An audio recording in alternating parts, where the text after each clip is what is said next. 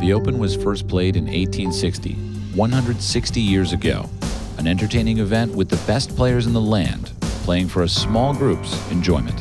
What's happened over the last century and a half? Well, the world was a much different place then.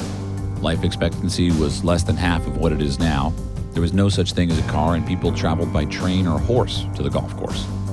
The automobile would be invented in 1886, and just 8 years later, John Taylor would win his first Open championship. By 1935, the Open had been going on for 75 years, and though it wasn't popular yet, the television was cutting-edge technology. Just 2 years later, Harry Vardon, who won more Open championships than anyone, passed away in 1937. In 1949, the Open Championship was held at Royal St. George's, and Bobby Locke won his first of 4 Opens. His prize, 400 pounds, which is less than a new driver costs today. When I think back on the event, golf fandom was in its infancy. With television barely covering golf, this was a true in-person spectator sport, with crowds literally huddling around the greens and tee boxes just to get a glimpse of the action. The Open in 1949 had a 36-hole playoff, with Bobby Locke holding on to the victory.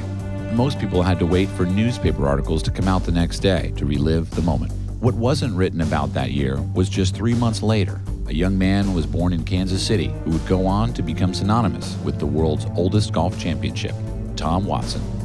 Gene Sarazen, at the age of 71, made one of the most famous aces ever during the Open at the infamous postage stamp, forever solidifying his and the hole's legacy with golfers everywhere. And it also proved that at the Open, age is just a number.